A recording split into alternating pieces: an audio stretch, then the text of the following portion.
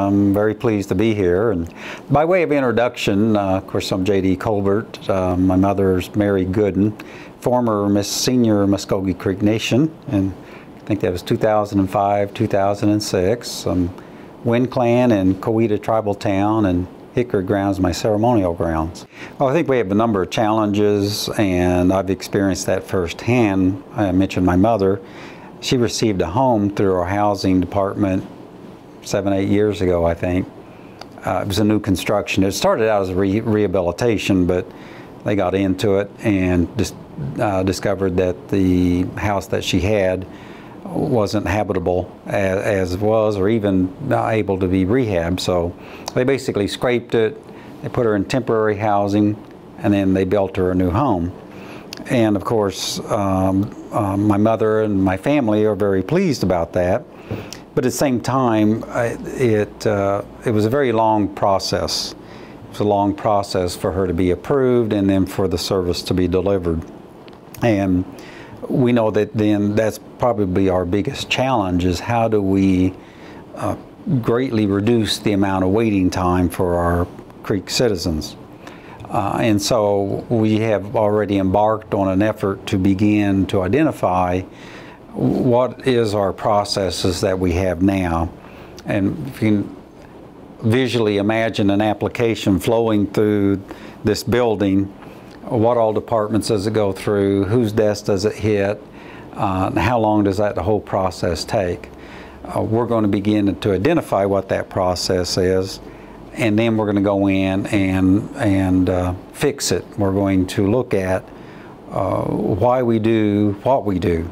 And every step along the way, we're going to ask ourselves, why? Why do we do this?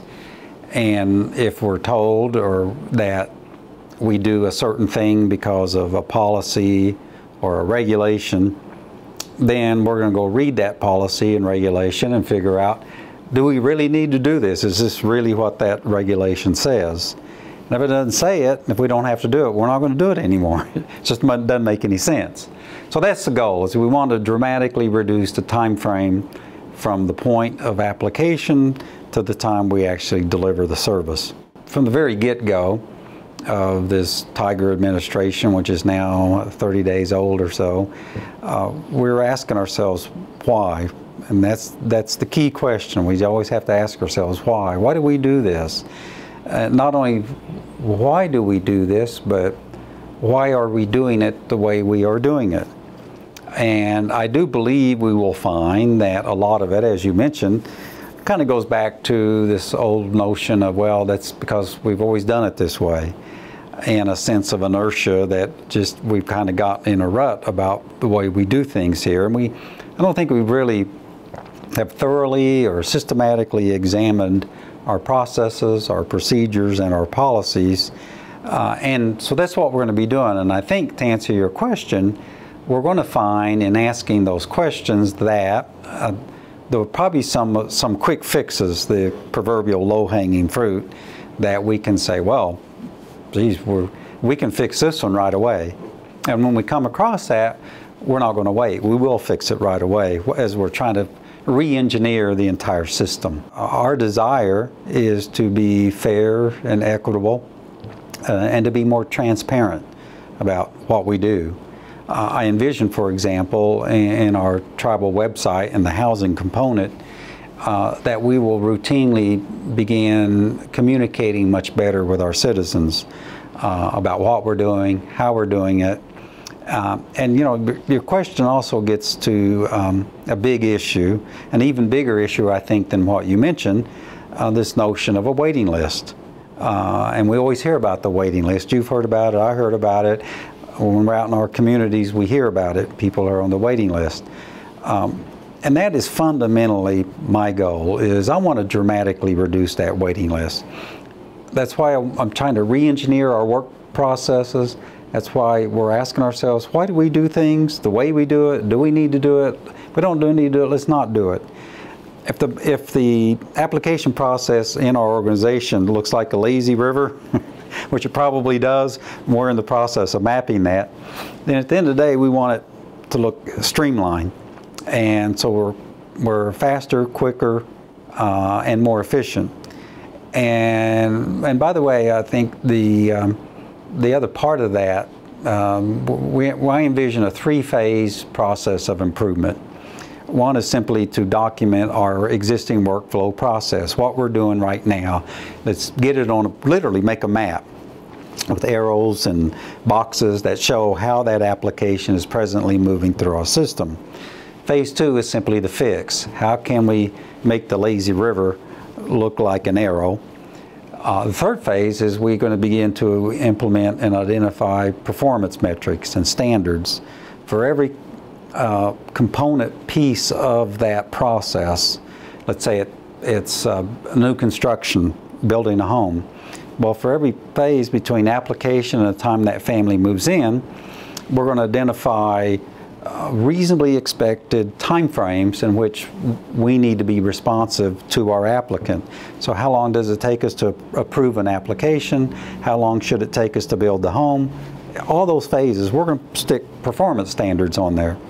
Once we do that, and we've totally re-engineered the system and we've established performance standards, then we're going to look at that waiting list. And I don't know the number just yet, but I envision when we get to that point, we're going to look at this waiting list and we're going to say, okay, as an entity, as a team here, we're going to cut that waiting list by X% this year. And I think it's going to be a bold number. So that's really really where we're going with this entire re-engineering and kind of new outlook.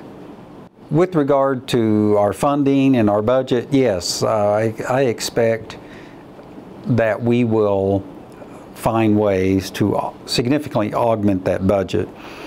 There are these entities known as community development financial institutions that focus on housing development, whether it's single-family units or multifamily. We have already submitted a planning grant to the U.S. Treasury that we expect will get funded, so we can lay the groundwork to establish a housing-focused CDFI, which will be funded from non-NAHASDA sources and should be able to greatly increase the amount of resources we have to build homes. There are other sources of money out there. One of the things I'm really proud of that actually happened before I came on board here is what's known as low-income housing tax credits. We have gotten an allocation of those, and we're building, or soon will be building, a 30-unit subdivision over on North Mission here in Muscogee. That's phase one, and phase two should be another 35 homes.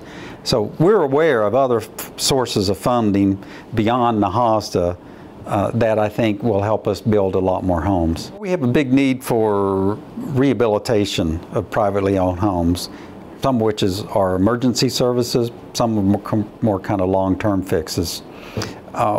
I think that is another area where we need to improve our process, particularly in the area of emergency services.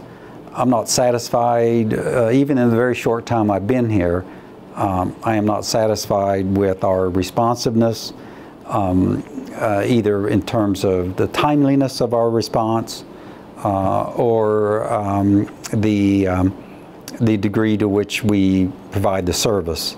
So that's part of our workflow re-engineering and improving our service delivery. In fact, there are basically four major areas that I see. One is, of course, is the construction of a new home.